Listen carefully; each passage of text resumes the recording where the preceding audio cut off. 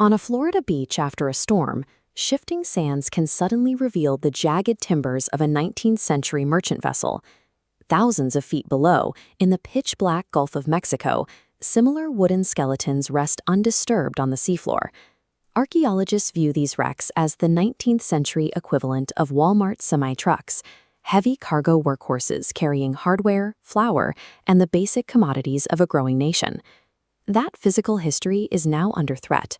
While deep-sea industrial development encroaches on offshore sites, coastal erosion driven by climate change is stripping away the dunes that have shielded beachside wrecks for centuries.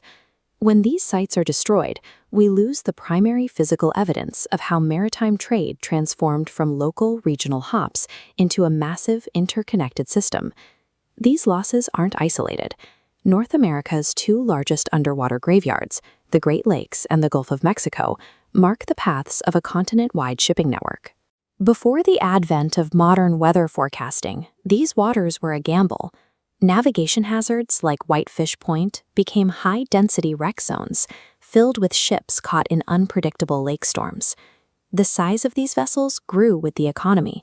This massive hull represents the final evolution of the cargo workhorses that began as wooden schooners and eventually became the primary engines of American commerce. By analyzing where these ships clustered and fell, we can map the early pressure points and trade routes of the 19th century economy. During the 1800s, the Gulf of Mexico became an oceanic highway connecting the United States to Europe and the Caribbean. Much of this traffic was built on regional monocultures. Sunken holes in the Gulf frequently reveal the scale of the cotton and sugar trades that integrated the South into a global market. These ships were also primary conduits for human movement, carrying thousands of global immigrants to American ports on regular schedules. The same commercial routes often hid illicit activities. Beneath the legal cargo, ships frequently facilitated privateering or the ongoing illegal slave trade. A sunken ship acts as a frozen data point.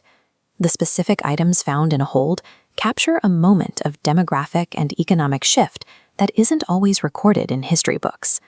Traditional archaeology at these depths is physically impossible.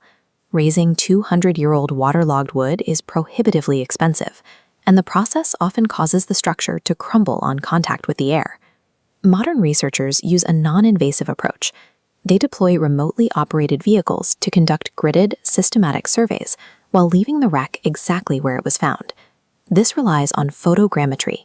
The ROV captures thousands of overlapping photos from different angles, which a computer then uses to calculate depth and build a digital 3D model. The result is a top-down photomosaic of Site 15377. We can identify the hull's outline and equipment, like the anchor.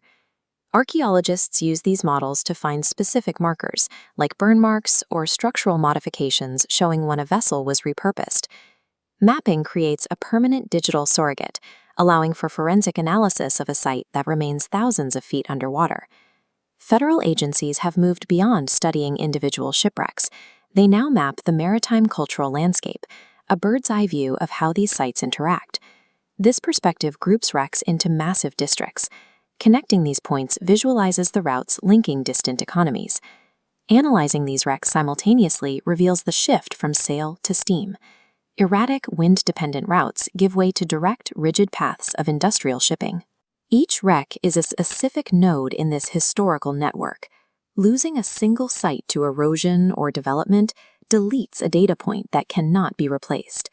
The preservation of these sites ensures we have the raw data of how previous generations navigated, traded, and survived. By mapping these underwater graveyards, we are reconstructing the early physical roots of the trade networks that still connect our world today.